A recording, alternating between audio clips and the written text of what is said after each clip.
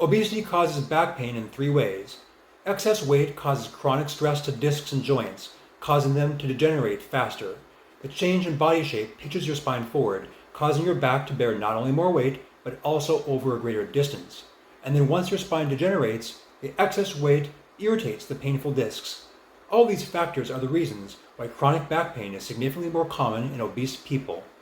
Only a minority of people with painful discs are able to be helped by medical and surgical interventions, and these people are only helped to some degree. So there's a need to lose weight. The question is how, obviously. One answer, in one word, is more. Embrace a likely ineffective fad diet. Inject yourself with an expensive and potentially risky weight loss drug. Sign up for weight loss surgery, which has both upfront and long-term risks. These interventions do work, but only for some people, only to some degree, and with non-trivial costs and risks. So that raises the question, is more the best answer, the only answer, to the complications of more? More is the problem that caused obesity. Perhaps less is a healthier answer. Seizing less is not obvious and not for the faint of heart. It will require confronting and responding to unsettling truths about the nature of our existence and our society. As humans, we live a story.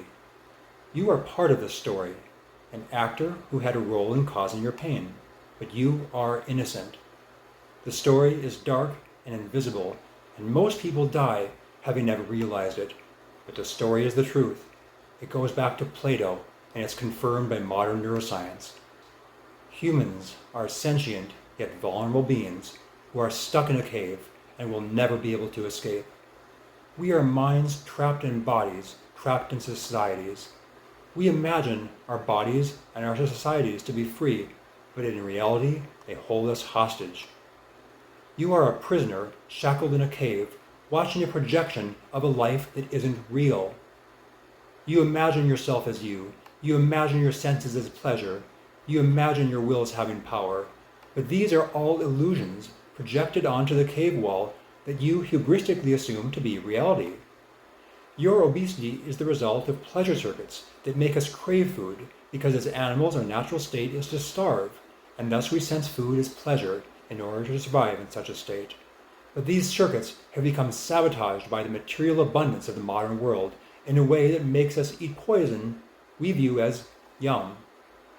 We are killing ourselves slowly by over-consuming. Unchecked capitalism and high technology accelerate our demise. But there is an antidote in Plato's cave. Are you ready? To be continued in part 2. This is a continuation of part 1 on the root cause of obesity as sabotaged pleasure circuits in the brains of innocent humans who are shackled in Plato's cave. But an antidote does exist. There is indeed hope for humanity in humanity. While we'll never be able to leave Plato's cave, we have the capacity to listen to each other, to reason, to imagine and live something more. Yes, this is imagined, but so is everything. Quick fixes and quack theories of all types promise to unshackle us, but we have the power to see these for what they are, and that the only true healing lies within us, and at the same time, without us. We can choose to ride a wave of healing that unshackles us of the arbitrary absurdity of our existence, and instills in us the power to live in an enlightened flow state. Now, situated somewhere between the past and future, between the immediate and ultimate, between is and ought, between you and me, in a state of reflective equilibrium, always evolving. Living in such a state is true power, true freedom, true life. We will never actually get there, and that's okay. The journey is the destination. The answer to existential crisis is not to find meaning, but to create it, and to embrace a stoic lifestyle that pursues higher pleasures. We have more power than we think. Recognize that contemporary food may taste good on the surface, but it's garbage that's killing us slowly. Return to the basics. Eat a diet high in protein and fiber, but low in fat and carbohydrates. This will taste different.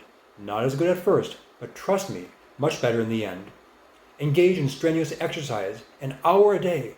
This will burn calories, reduce your appetite for garbage, distance your soul from absurdity, and lift your soul closer to the light. Being stoic doesn't mean you can't enjoy physical pleasures from time to time. or that you're not allowed to react emotionally, that isn't healthy either.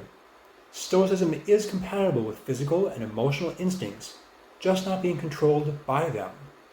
You will fail every day, and that's okay. But you must give some answer to the dilemma I pose you today. Too much is at stake. I have lost countless patients and even a few colleagues to an indolent and invisible societal disease we can heal from simply by asking the right questions and giving honest answers.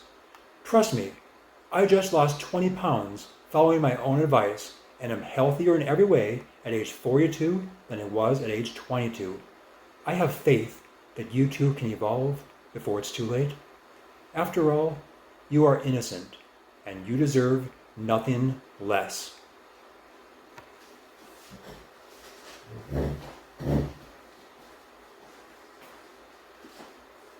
Let me tell you the whole truth about nicotine and why you should avoid it or quit.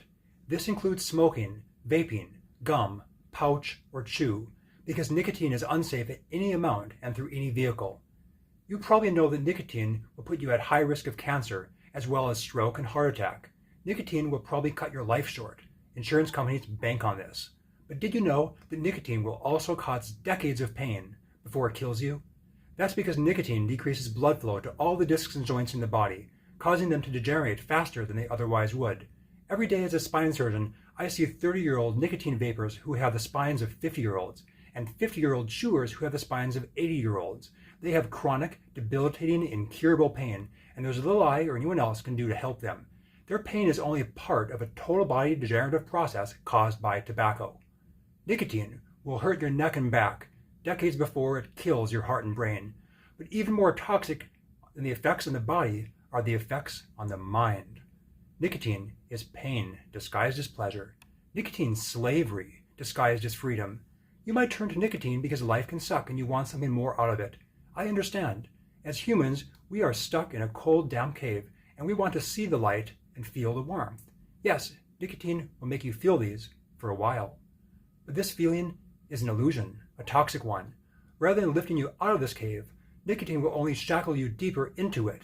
The pleasure you feel with nicotine is shallow and will soon disappear, and eventually you'll need nicotine just to feel somewhat normal. The tobacco industry is sabotaging your pleasure circuits, smashing your head against the cave wall, and showing your brain a false, deceptive projection of pleasure, while it slowly kills and tortures you. It makes billions by killing millions, showing how cheap it views your life. As a neurosurgeon, I see life supercharged. Pain is suffering, terror, debility, not aches and discomforts. The reason your doctors and teachers are unable to tell you the whole truth is that our hands, like yours, are shackled by our shallow, dopamine-laden consumerist culture that requires us to tell satisfying lies and inoffensive platitudes over life-saving but ugly truths. In one word, we share a perverted definition of respect. But we also have a perverted definition of freedom. The reason the tobacco industry was allowed to shackle you is that our culture has a shallow conception of freedom, wherein we define freedom as merely choice-making, without the proper knowledge and power to make a free choice even possible.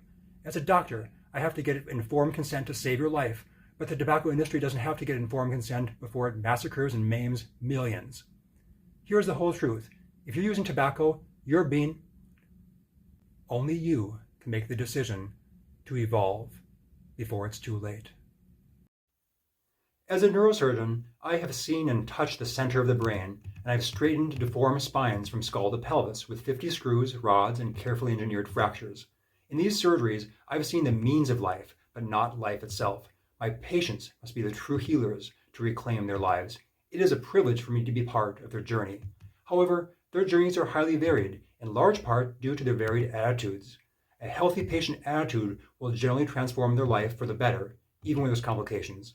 An unhealthy attitude will result in poor outcomes despite technically perfect and well-indicated surgery. This is an example of a phenomenon known as the is-ought problem. The good life is not given to you. It must be chosen, and by you alone. Science is a valid pursuit in its own right, and science has saved billions from disease and lifted up billions more. But science only tells us what is and not what ought, and thus it does not answer the ultimate questions of life. Reckon this, no data will ever prove that life is worth living or that good things even exist. Nothingness is the origin and destination of our material world, so why stay alive? That requires a leap of faith. I'm not religious, but I do acknowledge that faith in something is necessary for life. I have faith in humanity, or at least in myself on a bad day. Men can be ugly, but man is beautiful. Nothingness may be the description of our origin and destination, but it's not the prescription for our existence, which is now. Post-material, electric, and fleeting. The answer to a meaningless, uncertain, and dark world is not to retreat, but to re-engage it with a better version of yourself. Even if there's no free will, and we're simply circuits set in motion by billions of external forces, and only existing for a flicker in time, much like billiards on a pool table, thinking they're changing their little world, but in reality knocked by something bigger and destined to stop, the fact that we can see light and feel warmth gives us faith in our ability and need to share truth and love. Objectively, for all its missteps, the world has become a better place the past several hundred years. There's good reason to have faith in ourselves. Don't leave or catastrophize. Be the solution. This channel is dedicated to Professor Michael Sandel, a brilliant yet relatable philosopher who dissects the key issues of our time and all times, and foresaw the current state of the world decades ago. His collection of lectures, Justice, is a must-watch before you die. He instilled in me seeds of inquiry as a naive 20-year-old student that blossomed a quarter century later as a resilient defense against a societal disease that has caused too many of my patients and colleagues to suffer, burn out, and even die. I have faith that you too can evolve if you just take some time to listen, reflect, and respond. Every moment we live in answer to the questions Professor Sandel asks. What's your answer? Your answer will lead to more questions, and that's okay. The good life is an iterative state of reflective equilibrium, making something out of nothing. Seize the day. How to keep the doctor away? That is the question. Here are some answers. Run an hour a day. Any moderately strenuous aerobic exercise will suffice.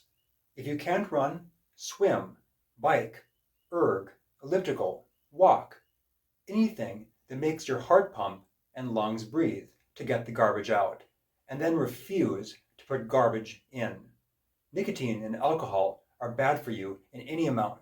Most people eat food that's too high in quantity and too low in quality. Embrace a diet high in protein and fiber and low in fat and carbohydrates. Consider a vegan diet. A stoic lifestyle is good for your health, a higher pleasure. Most medical conditions and societal ills modern humans suffer from are the result of our garbage in, garbage out culture. As a doctor, I can save your life, but only to some degree, and there's only so much I can do to help you live. You must engage your own health as a comprehensive and iterative life work. In general, your own decision to live a healthier life is more powerful, more durable, more affordable, and safer than most of what I can do as a doctor. I cannot give medical advice without giving some musical advice, because music inspires healing, including strenuous exercise. To heal your body, you must soothe your soul. In my opinion, Martin Gore and Dave Gaughan make the most eloquent articulation of this need. Their distillation of angst without anger or false hope compels the listener to the ultimate catharsis, the need to be your own light in darkness. As such, theirs is high art. All their work is riveting, but Black Celebration makes me run fiercest and is highlighted in my running playlist. Martin Gore said it best in Stripped and its more accessible B-side. But Not Tonight is an exhilarating run on a cool spring night with just the right amount of wind and rain. While not always possible for our bodies to be in such a run, we can choose to keep our minds in this enlightened flow state, highly engaged in experience, yet detached to a healthy degree, because the particulars are often absurd and have little moral worth. Stoicism and existentialism have brought peace to humanity through the ages, and I have faith that you too can heal. Enough talking. Let's run. Go to the playlist at the bottom of my channel to enjoy this silence. If this moves you, there is also a playlist of videos. If it doesn't move you, that's okay, but find something that does. You do need to move and forward. Human history, for all its downs, is on an upward climb, and we can find faith in ourselves to evolve.